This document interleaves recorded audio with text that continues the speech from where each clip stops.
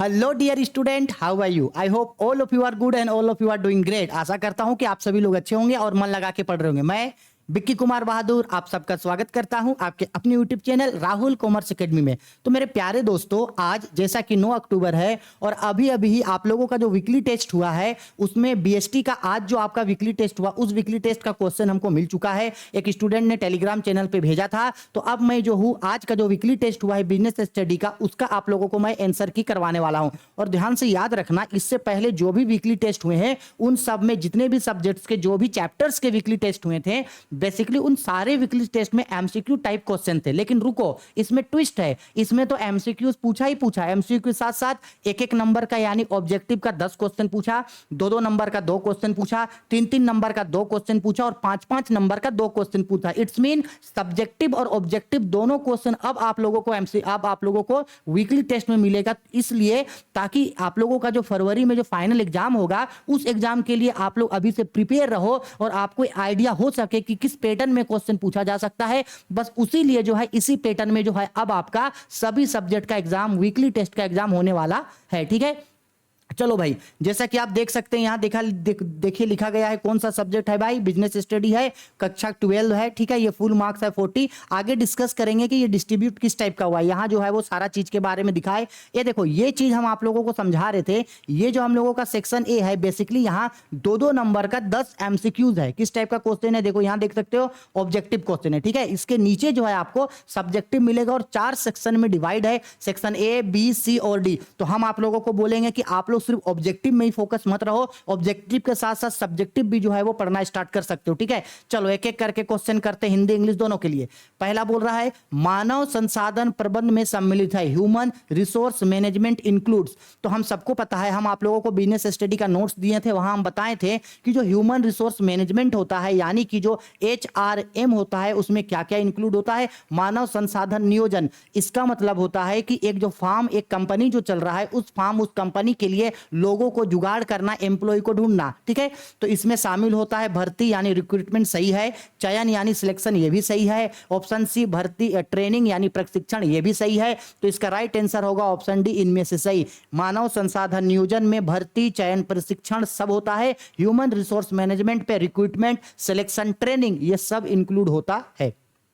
ठीक है sir, question number 2 पे आते हैं। बोल रहा है नियुक्तिकरण है, स्टाफिंग इज। तो सिंपल बात है कि नियुक्तिकरण का मतलब है कि योग्य व्यक्तियों को योग्य कार्य पदों पर सौंपना। सपोज कर लो एक कंपनी चल रहा है, उस कंपनी में जो जितना भी पोस्ट खाली है उस पोस्ट में जो भी एलिजिबल पर्सन है, जो भी योग्य व्यक्ति हैं, उन योग्य व्यक्तियों को उन कार्यों पर सौंपना, यानी व्यक्तियों को कार्य पर लगाना ही हमका क्या कहलाता है, हमारे लिए नियुक्तिकरण कहलाता है। यानी ऑप्शन नंबर डी इसका राइट आंसर होगा। नियुक्तिकरण का मतलब है व्यक्तियों को कार्य पर लगाना, यानी स्टाफिंग का मतलब है to appoint person on work.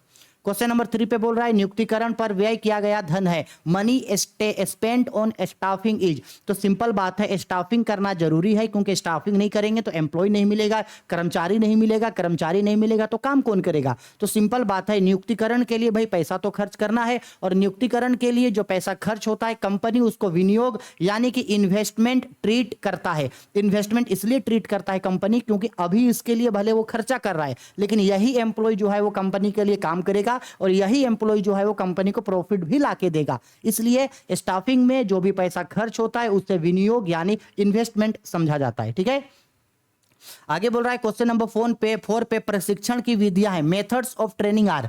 एक फार्म पे जो भी एम्प्लॉय लोगों को काम पे रखा जाता है, उन लोगों को काम सिखाया जाता है, उन लोगों को ट्रेनिंग दिया जाता है। तो ट्रेनिंग देने का जो है वो 3 मेथड्स होता है, 3 विधि होता है। सबसे पहला होता है कार्य पद्धति प्रशिक्षण यानी कि जॉब ओरिएंटेशन ट्रेनिंग। दूसरा कार्य पर प्रशिक्षण यानी ऑन द जॉब ट्रेनिंग। तीसरा प्रशिक्षु प्रशिक्षण यानी कि अप्रेंटिस ट्रेनिंग। तो इनमें से सभी ये सब ट्रेनिंग होता है। ठीक है, और बिजनेस स्टडी का नोट्स में जब हम दिए थे आप लोगों को तो वहां हम ये सब बताए हैं।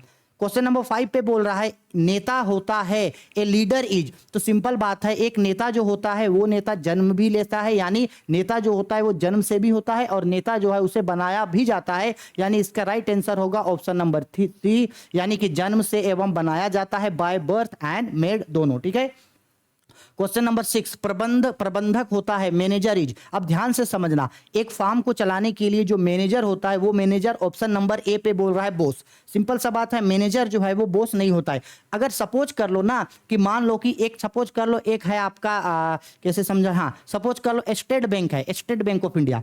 एक स्टेट बैंक ऑफ इंडिया में एक मैनेजर काम कर रहा है, तो क्या मैनेजर उस बैंक का मालिक है? अरे नहीं भाई, मालिक नहीं है वो, सिर्फ और सिर्फ वहां का क्या है, सारा काम बार को संभाल रहा है। उस ब्रांच में जो भी काम हो रहा है उन सारे काम का देखभाल करना, सारे चीज को अरेंज करने का काम जो है उस मैनेजर को मिला। मैनेजर ओनर नहीं होता है, ना तो वो बॉस होता है ना ही वो ओनर होता है, बल्कि मैनेजर तो एक ऐसा पर्सन होता है जो उस सारे ऑर्गेनाइजेशन को या पूरे संगठन को चलाने के लिए जो है वो दिशा निर्देश देता है कि देखो भाई काम ऐसे करना है, ऐसे करना है। तो सिंपल सा बात है, एक जो मैनेजर होता है वो मैनेजर क्या होता है, लीडर होता है, यानी प्रबंधक जो है वो नेता होता है। मोस्ट इंपोर्टेंट क्वेश्चन है, अच्छा से याद रखना।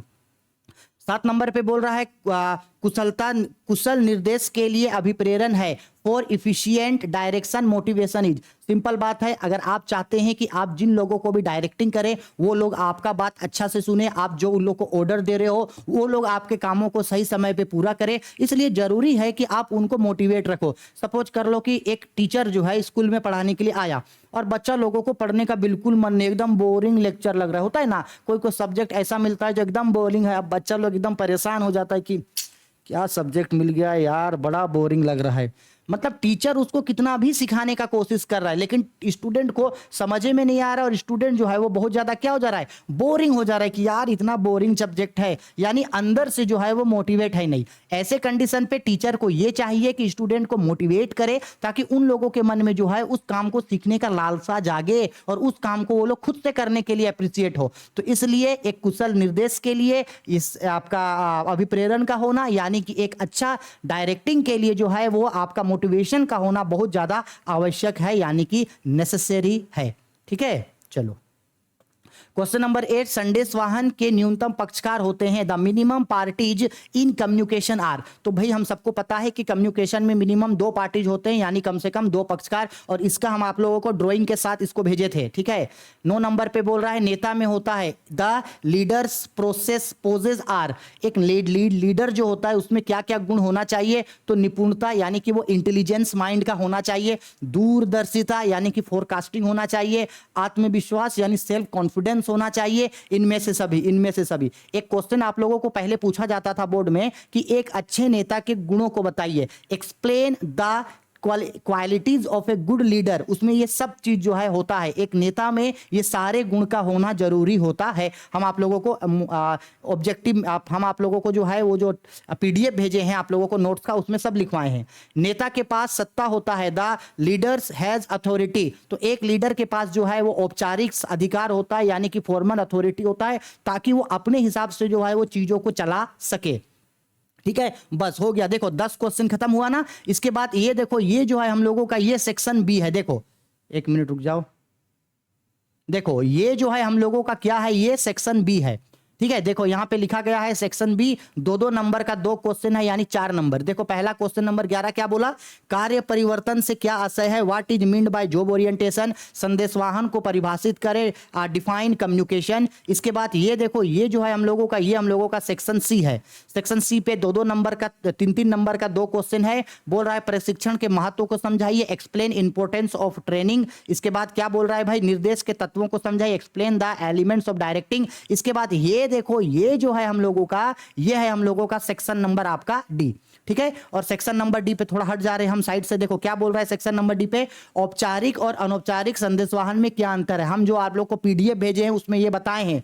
बोल रहा है भर्ती और चुनाव में क्या अंतर है, ये भी हम आप लोगों को बताए हैं। ठीक है, तो अगर आप लोग अभी तक जो है वो, आप लोगों के लिए हम जो टेलीग्राम का ग्रुप बना दिए हैं जिसमें क्लास 12 के सारे स्टूडेंट ज्वाइन हैं, अगर आपने अभी तक जो है उस ग्रुप को ज्वाइन नहीं किया है तो भाई कर क्या रहे हो। आप लोग क्लास 12 के स्टूडेंट हैं और आप ही लोगों के लिए वो ग्रुप बनाए हैं। कोई भी क्वेश्चन है, कोई भी दिक्कत है, कोई भी डाउट है, आप लोग पूछ सकते हैं। जो स्टूडेंट है वो आप लोगों का हेल्प करेंगे, आप उन लोगों का हेल्प करना। तो उसका लिंक नीचे डिस्क्रिप्शन में दे रहे हैं। ग्रुप में नहीं जुड़े हैं तो जुड़ जाना। इंग्लिश वाला पीडीएफ हम पहले भेज चुके हैं, हिंदी वाला पीडीएफ नहीं भेजे हैं। 1-2 दिन में हिंदी का फोटो बन रहा है, पीडीएफ रेडी होते ही हम उन लोगों को जो है वो दे देंगे। ठीक है, इसके अलावे अगर आप पिछले साल के पिछले 2 साल का अगर आपको मॉडल पेपर का सोल्यूशन देखना है तो वो पहले से बना हुआ है, उन सब का वीडियो जो है नीचे डिस्क्रिप्शन बॉक्स में मिल जाएगा, वहां से जाकर के आप देख सकते हो। एक वीकली टेस्ट का अगर कोई बाकी सब्जेक्ट देखना चाहते हो तो उसका भी वीडियो बना है, देख सकते हैं। साथ ही साथ अगर आपको क्वेश्चन बैंक का वीडियो देखना है तो वो भी बना है, और आपका कॉमर्स का जितने भी सब्जेक्ट है, अकाउंट्स हो गया, बीएसटी हो गया, इंग्लिश, ईटीपी, इन सबका अगर वीडियो देखना है तो वो भी जो है नीचे डिस्क्रिप्शन में लिंक है। अगर नीचे डिस्क्रिप्शन ढूंढने में दिक्कत हो रहा है तो आप चैनल पे चले जाओ, चैनल पे जा करके होम पेज पे जाना, उसके बाद होम पेज में जाने के बाद आपको जो है वो प्लेलिस्ट के ऑप्शन में जाना, वहां पे आपको सब चीज जो है वो प्लेलिस्ट शो हो जाएगा, आपको जो पढ़ना है आप पढ़ सकते हो। ठीक है, आई बात समझ में। इसके बाद आप लोगों के लिए हम जो है एक ऑफिशियल जो है एक मोबाइल नंबर जनरेट कर रहे हैं। जैसे ही हमको मोबाइल नंबर रिसीव हो जाता है तो हम आप लोगों को अपना एक पर्सनल नंबर दे देंगे, जिससे हम लोग जो है वो ज़्यादा से ज़्यादा जो है वो कम्युनिकेट हो सके। ठीक है, मेरा लैपटॉप खराब था इसलिए 2 दिन से जो है वो वीडियो नहीं आ रहा था, पगला गए हैं लैपटॉप में। लगभग अब तक जो है 6-6.5 हज़ार रुपया लैपटॉप में अब तक खर्च मेरा हो चुका है। तो लैपटॉप अब बन चुका है। इसके बाद कल से हम आप लोगों को जो है 4 वीडियोज लेकर के आएंगे। 2 रिकॉर्डेड वीडियोज होगा और 2 लाइव क्लास। 2 रिकॉर्डेड वीडियोज में एक रिकॉर्डेड वीडियोज आएगा बीएमटी का, एक रिकॉर्डेड वीडियोज आएगा अकाउंटेंसी का। इसके बाद 2 बार हम लाइव क्लास आप लोगों को पढ़ाएंगे, और लाइव क्लास में जो है हम आप लोगों को जो है वो ये क्वेश्चन बैंक जो आया है वो क्वेश्चन बैंक को टारगेट करेंगे। अब आप लोग को जो पहले पढ़ने मन करे क्वेश्चन बैंक, आप कमेंट करके बता देना। ईटीपी पढ़ना चाहते हैं, बीएसटी पढ़ना चाहते हैं, इकोनॉमिक्स पढ़ना चाहते हैं, अकाउंटेंसी पढ़ना चाहते हैं, इंग्लिश पढ़ना चाहते हैं, जो आप लाइव क्लास में पढ़ना चाहते हैं वो कमेंट करके बता देना। और कितने बजे से लाइव क्लास पढ़ना चाहते हैं वो भी आप मुझको जो है वो कमेंट बॉक्स पे कमेंट करके बता देना। ठीक है, उसके बाद एक सुटेबल टाइम हम लोग फिक्स कर लेंगे। फिक्स करने के बाद जो है लाइव क्लास जो है हम आप लोगों का स्टार्ट कर देंगे। और ज्यादा नहीं, 1 महीना, बस 1 महीना हमको टाइम देना। 1 महीना कंटिन्यू लाइव क्लास पढ़ेंगे ना तो एटलीस्ट 2 या 3 सब्जेक्ट का क्वेश्चन बैंक तो डेफिनेटली हम लोग जो है वो खत्म कर देंगे। ठीक है, चलो बाय, टेक केयर।